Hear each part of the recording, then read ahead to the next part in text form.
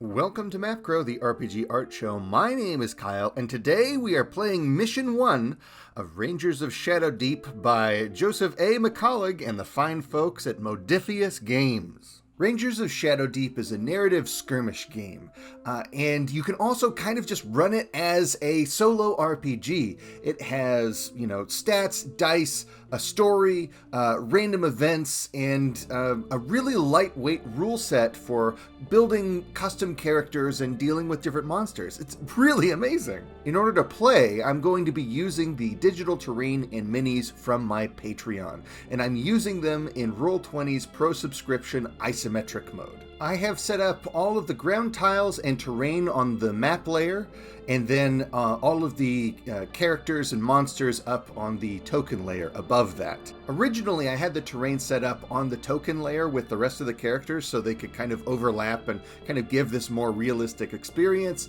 but it ended up being a real pain to select the tokens that I wanted, so I just dropped them down to the map layer, and it worked fine. Spoilers for Mission 1 of Rangers of Shadow Deep. I am going to read some of the text from the book, making some modifications to allow it to match the models that I have on the board. 3 days ago, the veteran ranger that trained you went out to investigate reports of an attack on a nearby village. He has not returned. Determined to find the missing ranger, you have gathered what companions you can and had set off for the village. It was eerily quiet when you arrived, and as you were about to split up to search, a horrible moaning sound came from all around you. The first thing that happens in turn 1 is the Ranger phase, which is when the Ranger and a certain number of his companions can activate. Then it's the enemy's turn, and then it's the rest of your companions, and then you draw an event card that oftentimes spawns more monsters or has other bad things happen to you. The best way to gain experience and powerful items is to look for these objective tokens that are scattered around the board.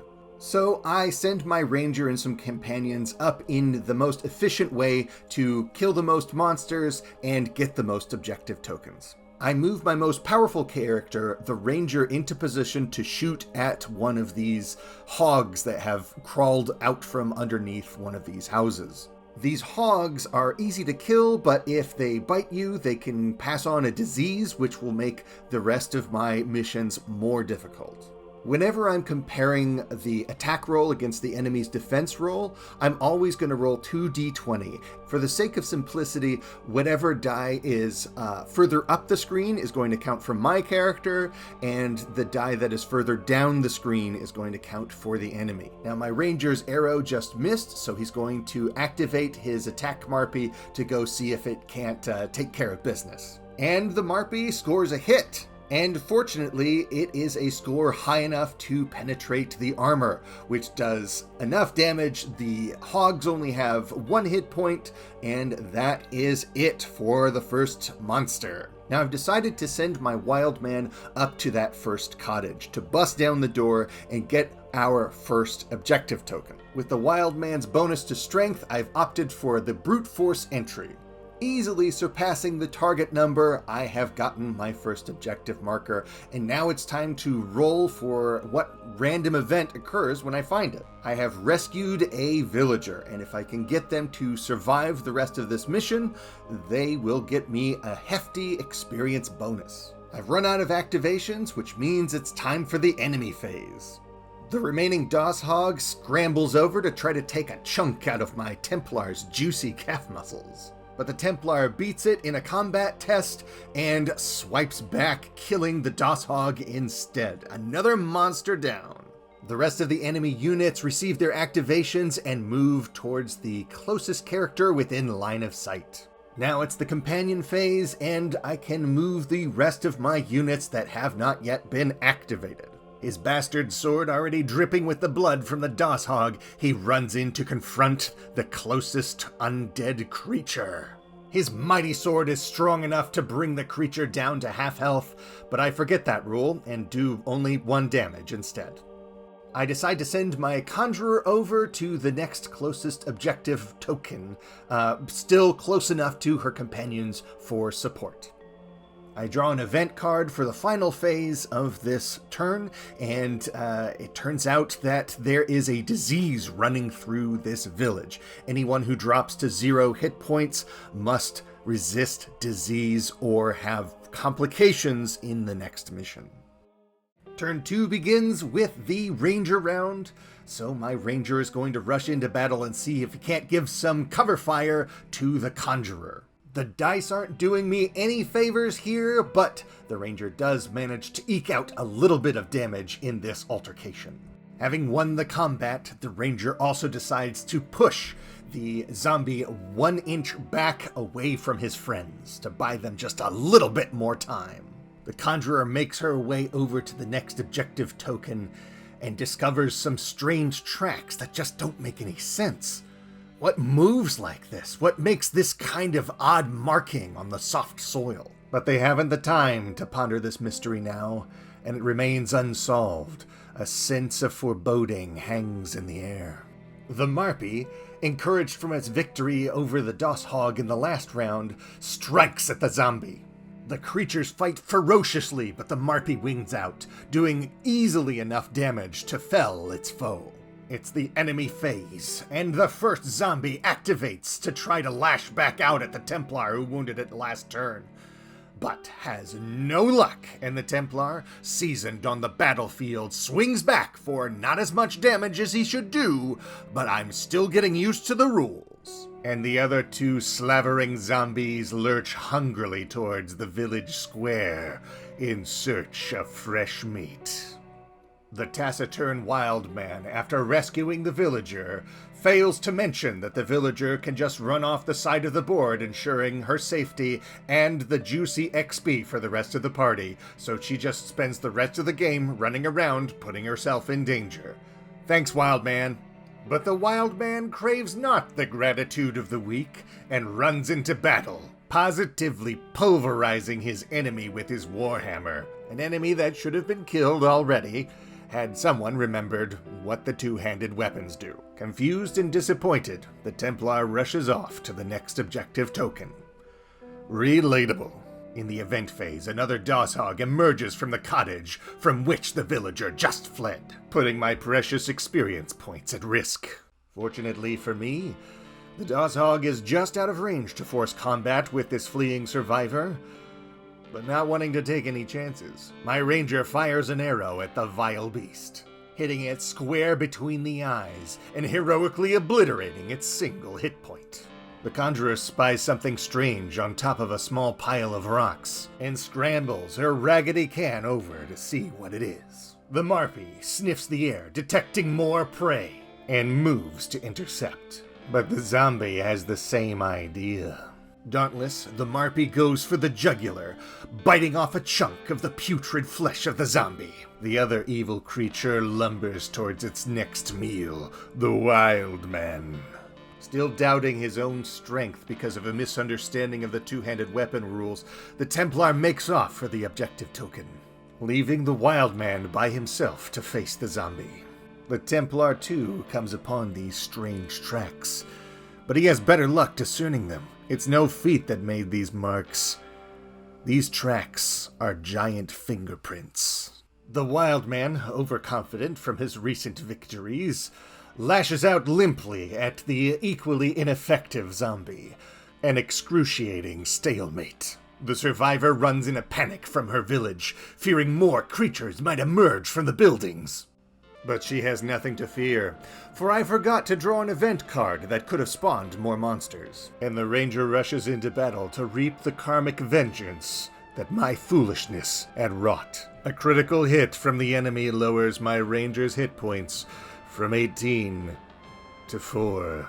The ever-faithful Marpy, seeing his friend in danger, strikes out for the zombie's final hit point. But fortune will not forgive me for failing to draw an event card. Pleading with the fates, I draw a card that collapses one of the buildings. Thankfully, no objective markers were inside. The old conjurer carefully climbs up the stone to discover a gruesome sight. The bent and bruised body of the veteran ranger. What manner of creature could have done this gruesome thing? But a glint of silver snaps the conjurer out of her dark thoughts. She recognizes the legendary blade of the veteran ranger and decides to take it with her, so that the blade might find vengeance for its fallen master. It's the enemy's turn, and the grotesque zombie decides to attack the weakened ranger, dealing deadly damage.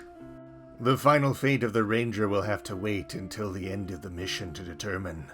Until then, he hangs in a tenuous limbo between life and death, while his comrades limply slap at the enemy from across the battlefield. Having about enough of this, the Templar rushes into battle with his comrade, getting a +2 bonus for having a friend in combat with him. And this time, I remember the two-handed weapons rule, and he slays the enemy in one fell swoop. Bathed in a spray of undead ichor, the wild man lumbers off towards the next objective token.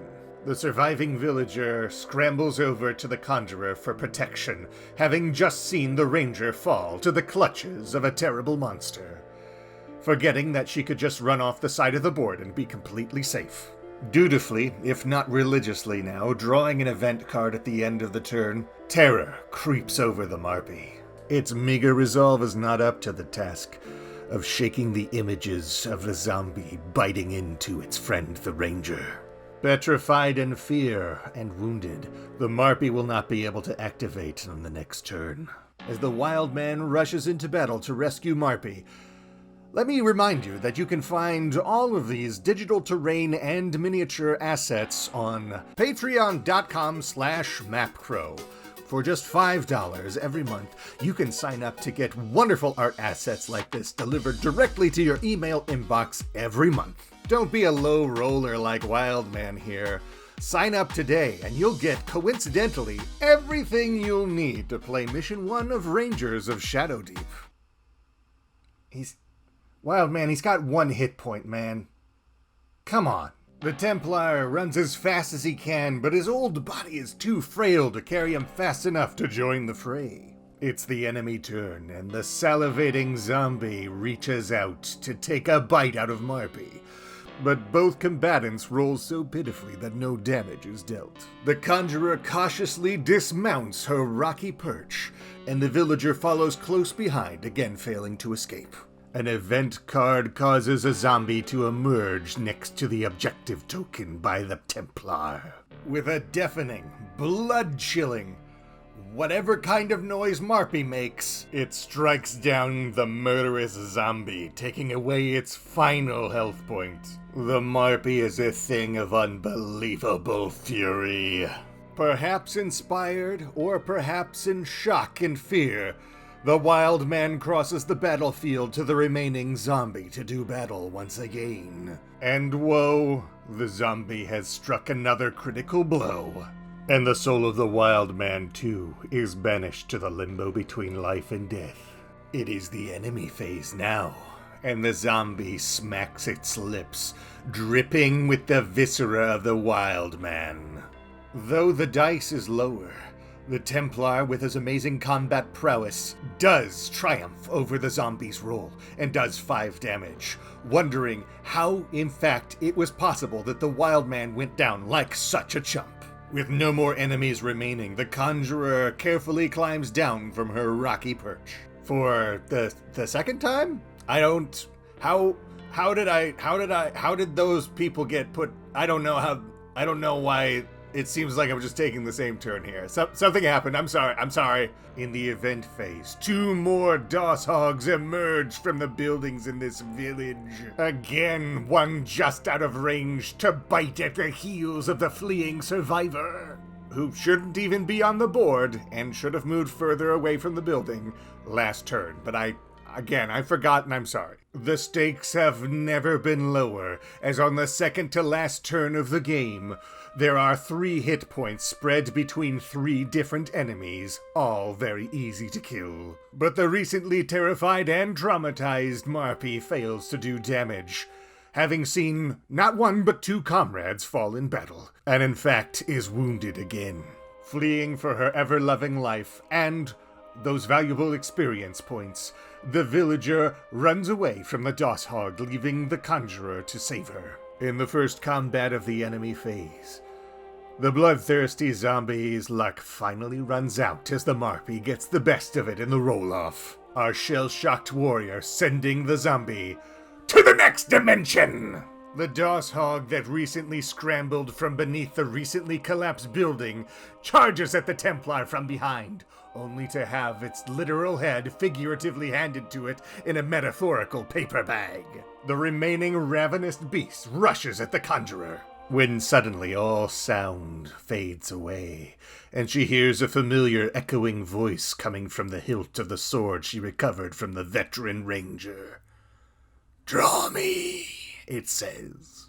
And with a satisfying snicker-snack, the conjurer strikes true, and the hog is no more. Heartbroken and desperate from the loss of his friend the Wild Man, the Templar tears through the roof of a collapsed building, thankfully rescuing one more survivor from this accursed village.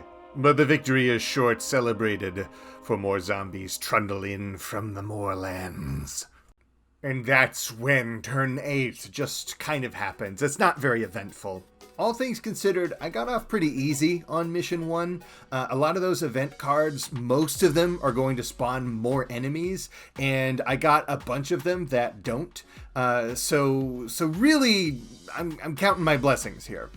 I am astonished. I am so impressed with the design of Rangers of Shadow Deep. It is a wonderful game, and I could have been casting spells and using special abilities and stuff like that, but I just kind of got too wrapped up in the drama of the event cards and the loot tokens and stuff like that. It's just a really engrossing game. Rangers of Shadow Deep is this shining example of how wonderful these miniature agnostic solo narrative skirmish games can be. You can run this game cooperatively with multiple players on the Ranger side. It basically runs like a GM-less linear adventure.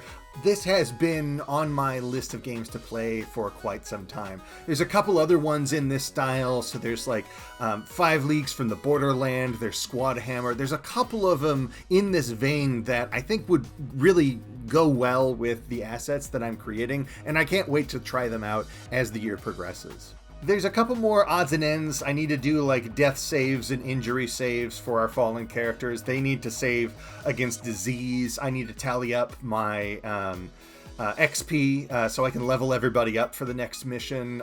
But I think that'll do it for this episode.